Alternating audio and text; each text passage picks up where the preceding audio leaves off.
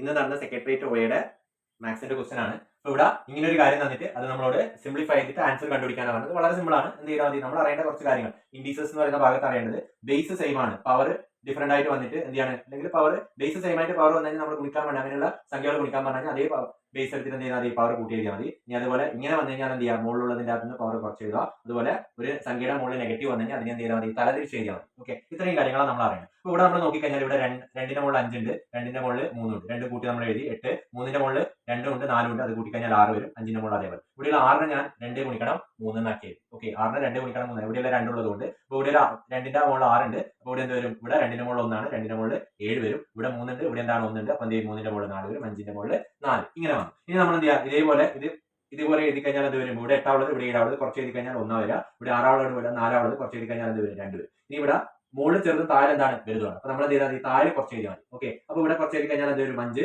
Square വരും. Okay, ഇനി ഇതിന്റെ ഉത്തരം എഴുതി കഴിഞ്ഞാൽ 2 ഗുണിക്കണം 9, ഇത് 3 സ്ക്വയർ എന്ന് പറഞ്ഞാൽ 9 ആണ്, 25, അതിന്റെ മുകളിൽ എന്ത് വരും, നെഗറ്റീവ് വരും, 18/25 വരും. അപ്പൊ അതിന്റെ മുകളിൽ നെഗറ്റീവ് വരും എന്നാണ് അതിന്റെ തലയിൽ ചെയ്തുകൊണ്ട് നെഗറ്റീവ് 1 ഹോൾ പവർ നെഗറ്റീവ് എന്ന് പറഞ്ഞാൽ എന്ത് വരും, 25/18.